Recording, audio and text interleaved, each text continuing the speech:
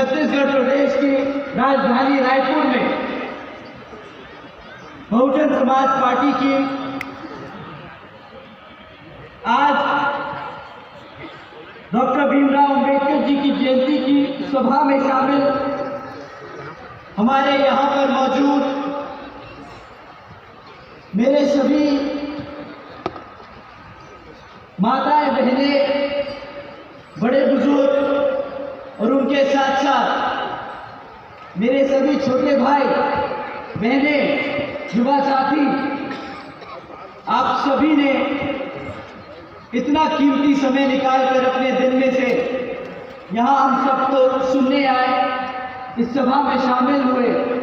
बाबा साहब जी की, बाबा डॉक्टर भीमराव अंबेडकर जी की जयंती मनाने के लिए आप सब इकट्ठा हुए, तो आप सभी का मैं तहे दिल से धन्यवाद और आभार प्रकट करता हूँ।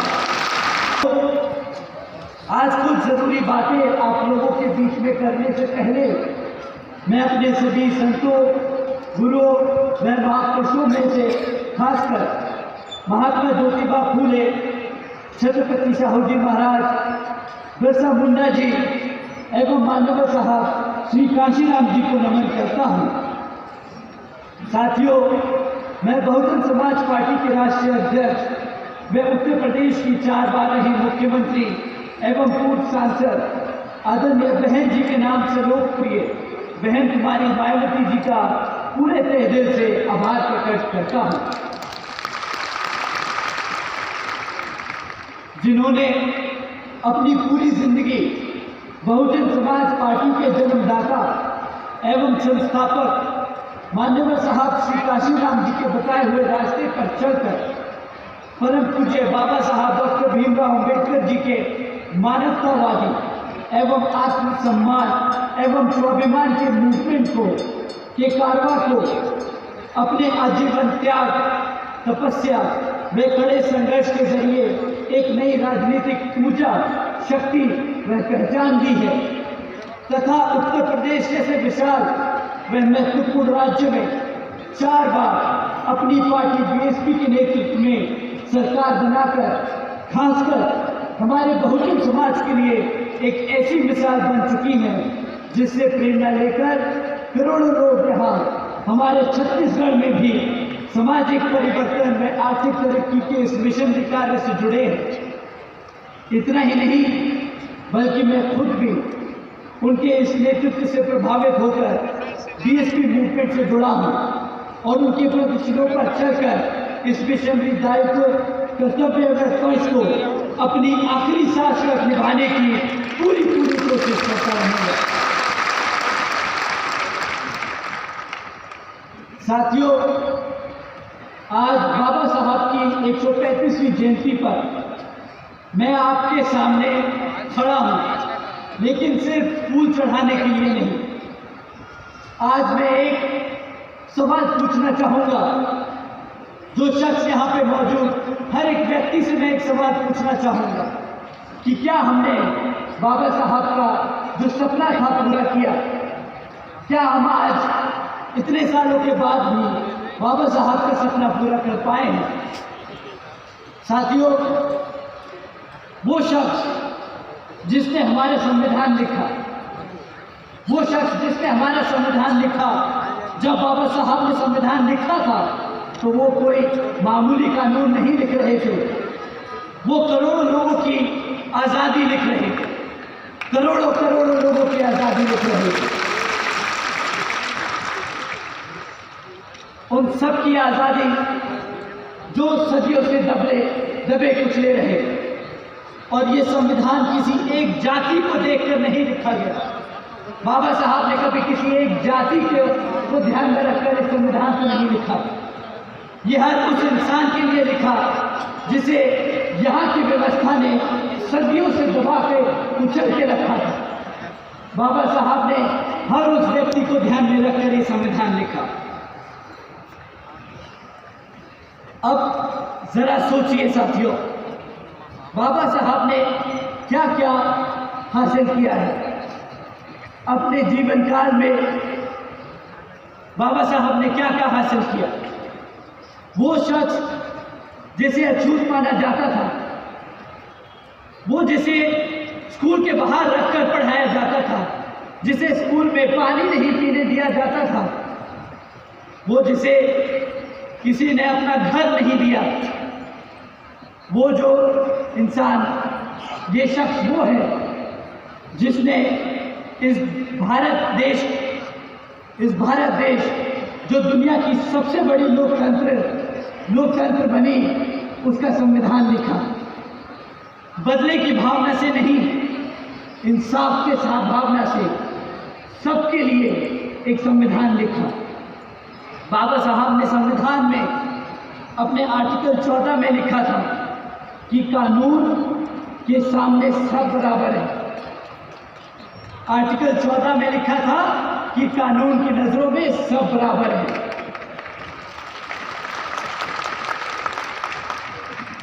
साथियों, आर्टिकल 15 में लिखा कि जाति, धर्म, लिंग के नाम पर भेदभाव नहीं अलाउड है, नहीं होगा।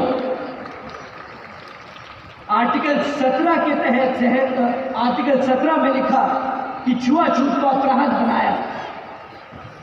आर्टिकल 25 में लिखा कि हर इंसान को अपना धर्म मानने का पूरा अधिकार है। और आर्टिकल 46 में लिखा कि सरकार को SC, ST, OBC और अल्पसंख्यक समाज के लोगों की शिक्षा और रोजगार, आर्थिक तरक्की का ध्यान रखना होगा। आरक्षण के जरिए उन्होंने ये रास्ता बनाया कि जो लोग सदियों से दबाए गए, कुचले गए, उन्हें भी आगे बढ़ने का और सत्ता में भागीदारी लेने का मौका मिले।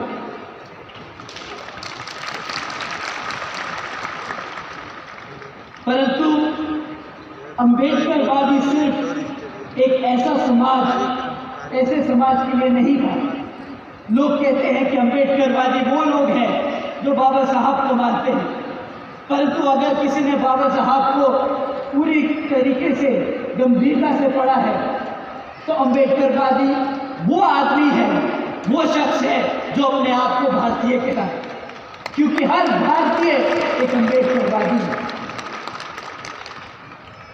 बाबा साहब समझते थे, साथियों, बाबा साहब समझते थे कि ये जो व्यवस्था है, जो संविधान से पहले व्यवस्था चल रही थी भारत में, कि जाति व्यवस्था के तहत सबसे नीचे दलितों को दबाया गया है। जंगलों में हमारे आदिवासियों का शोषण किया गया है। खेतों में हमारे OBC पर बोझ डाला गया है और समाज को इस तरह बांटा गया है कि हम सब पीड़ित लोग कभी भी एकजुट ना हो पाए। साथियों, उस भारत को एकजुट कर एक संविधान दिया और तब जाके इस भारत को दुनिया का सबसे बड़ा लोकतंत्र मिला।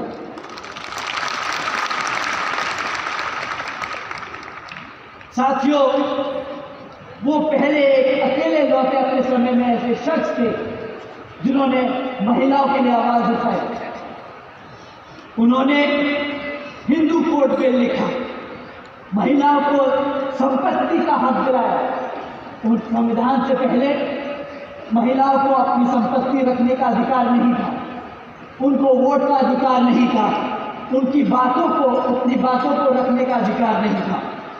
और साथियों, जब बाबा साहब ने हिंदू कोड बिल में महिलाओं की आवाज़ उठाई, उनके हकों के लिए उन्होंने हकों के लिए उनकी बातें रखी, तो साथियों, नेहरू जी से लेके गांधी जी और गांधी जी से लेकर यहाँ तक कि RSS ने उनका विरोध किया।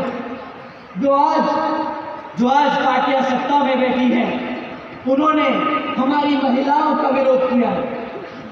साथियों, पर बाबा साहब उनके विरोध से डरे नहीं, उनके विरोध करने से डरे नहीं, वो ना झुके।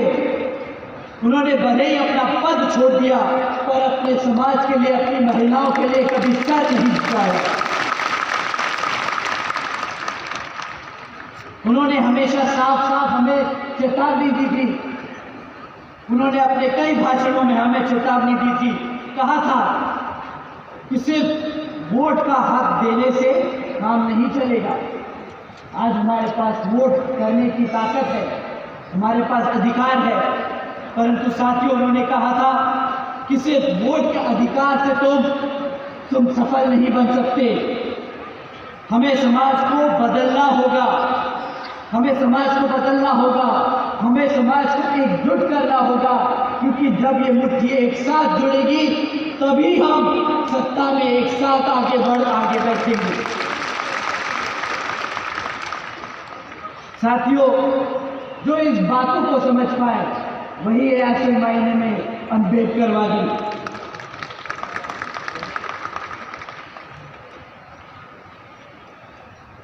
अम्बेडकरवादी दया नहीं मानता, तरस नहीं मानता किसी का, सिर्फ इंसाफ, सिर्फ और सिर्फ इंसाफ मांगता है। क्योंकि बाबा साहब के संविधान में उन्होंने सब समाज के लोगों को, चाहे वो जिस भी जाति धर्म से आते हो, उन्हें इंसाफ दिलाने की बात की है।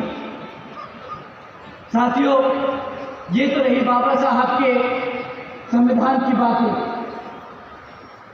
हम चाहे जितनी भी आज बात करें उनकी, परंतु हमें थोड़ा सा हकीकत के बारे में भी जानना जरूरी है कि आज हम किस समाज में रहते हैं, कैसी व्यवस्था में रहते हैं, किस तरीके की सरकारें चल रही हैं, और जो वो सरकारें चला रहे हैं वो लोगों की सोच, उनकी मानसिकता हमारे समाज के प्रति क्या है।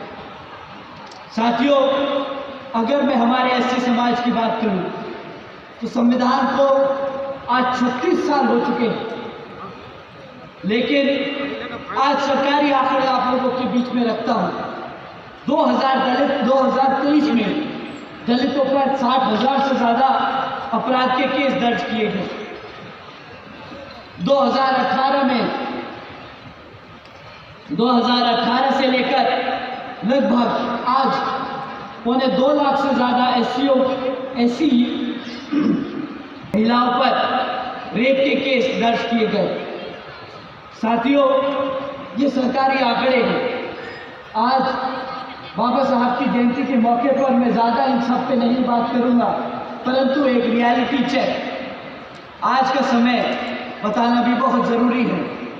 साथियों, इतना ही नहीं, ये जो इतने सारे मुकदमे हमारे समाज पे चल रहे हैं, जो इतना अत्याचार हमारे समाज पे हुआ है, तो उन पे इंसाफ भी किया गया होगा, उनकी सुनवाई भी की गई होगी। क्योंकि बाबा साहब ने खाली कॉन्स्टिट्यूशन ऑफ इंडिया, हमारा संविधान नहीं, उन्होंने पूरा इकोसिस्टम क्रिएट किया था।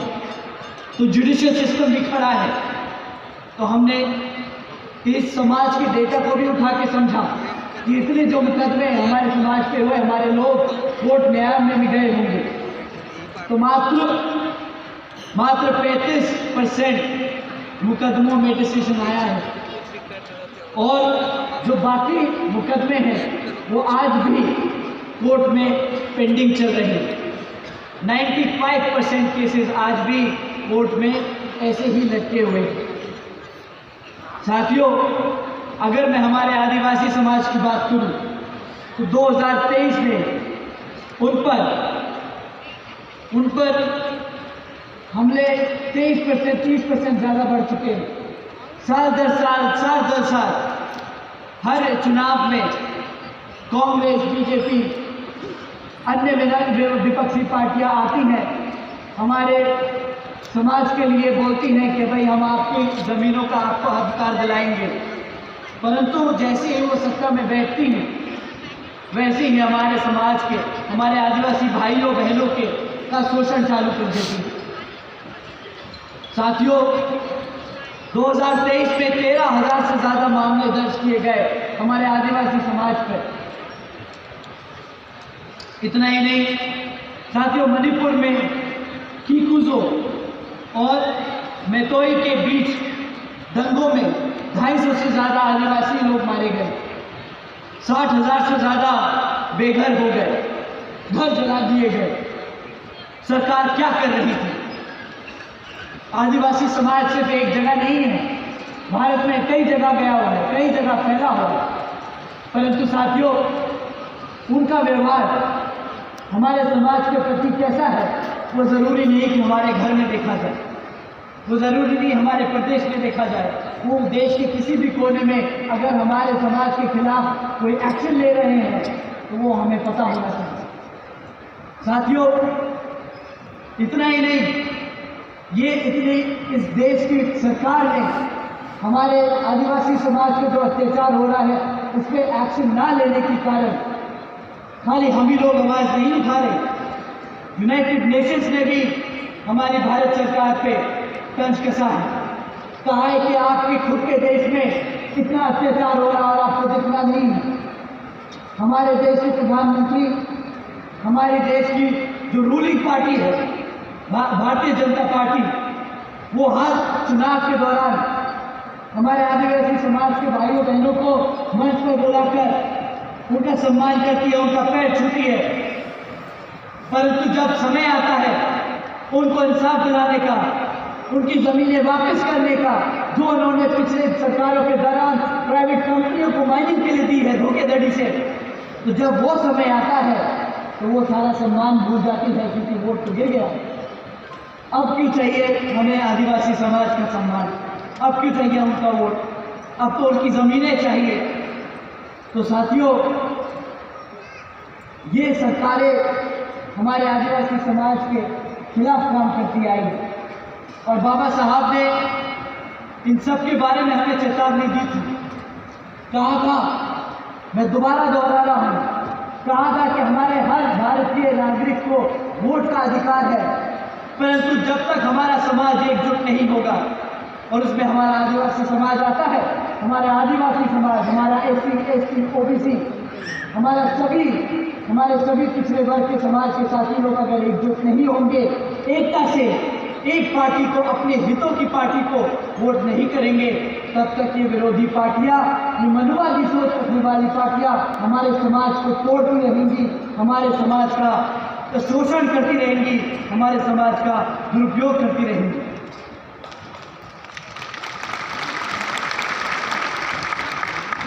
साथियों आज का भारत ये है, आज का भारत ये है कि संविधान कहता है कि समता मूलक समाज बने, बाबा साहब का संविधान कहता है समता मूलक समाज बने, परंतु आज भी भरतपुर में एक दलित बच्चे को गोली मार दी जाती है, उसकी हत्या कर दी जाती है।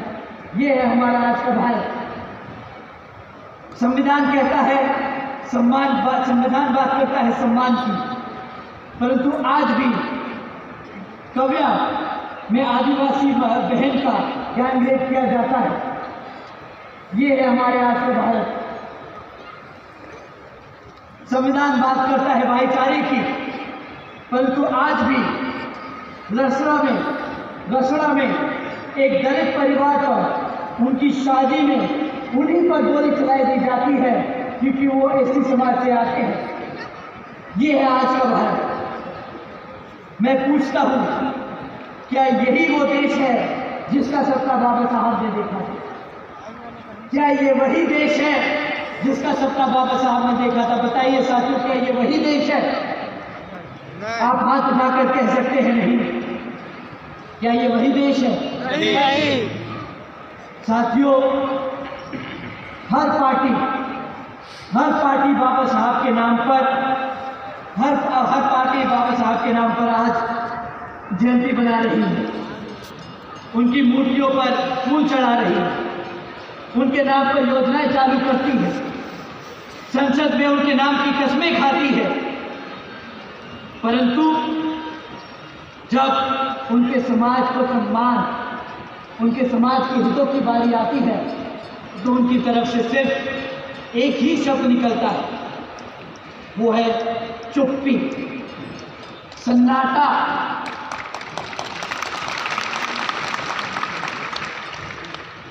जब हमारे समाज के लोग अपनी दलित लड़कियों को स्कूल भेजने की बात करते हैं तो ये विरोधी पार्टियां क्या करती हैं? चुप्पी साधती हैं। जब हमारे आदिवासी भाइयों की जमीनों को रखने की, उनके अधिकारों की बात की जाती है संसद में, तब ये सब क्या करते? चुप्पी साधे बैठते। जब पिछड़े वर्गों के उनकी मेहनत का, उनकी फसलों का सही दाम की बात की जाती है, तब ये सब नेता लोग क्या करते हैं? चुप्पी साधे खड़े रहते हैं। बस खामोशी और बस सन्नाटा।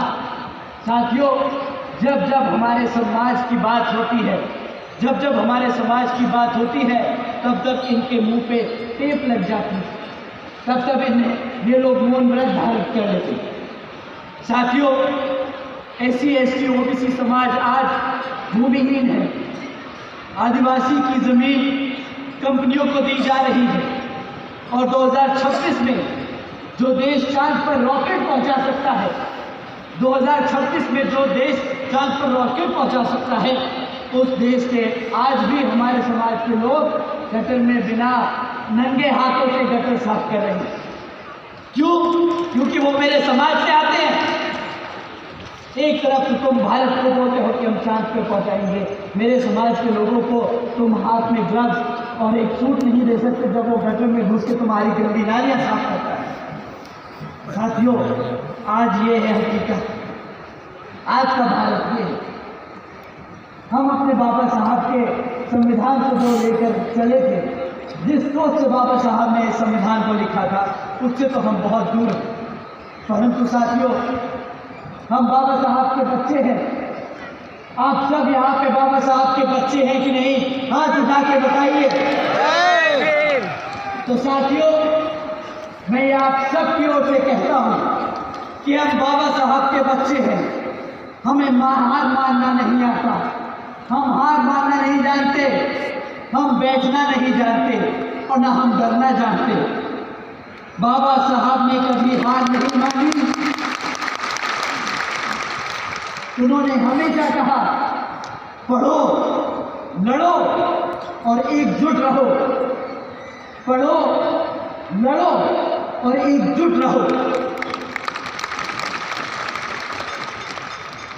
साथियों, आज हम वही करेंगे। हम पढ़ेंगे, अपने बच्चों को पढ़ाएंगे और खाली स्कूल की किताबें नहीं, उन्हें हम अपना संविधान पढ़वाएंगे।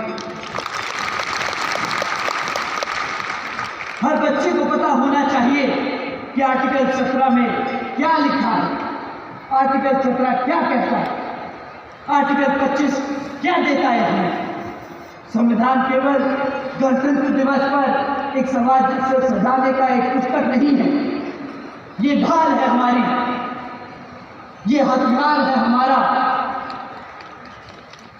ये बाबा साहब का सबसे बड़ा तोहफा है हम समाज को।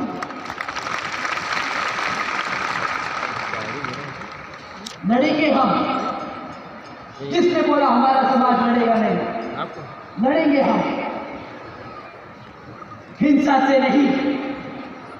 हम हिंसा से नहीं लड़ेंगे, हम सच्चाई से लड़ेंगे, सच्चाई को लेकर लड़ेंगे। हर सरकार से हम हिसाब मांगेंगे, हर सरकार से हम सवाल करेंगे। अत्याचार नहीं सहेंगे। दंगों का जवाब पीड़ितों के घर को तोड़कर नहीं, अपराधियों पर कानून की मार से करेंगे।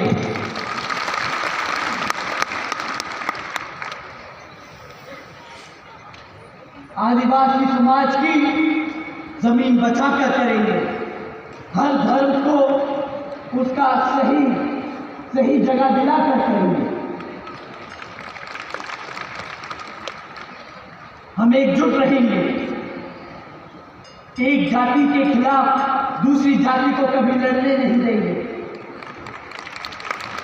एक धर्म के खिलाफ दूसरे धर्म को कभी भड़काएंगे नहीं। माननीय साहब श्री काशीराम जी ने हमें सबको समझाया था कि अगर दलित, आदिवासी, पिछड़ा वर्ग, मुसलमान, ईसाई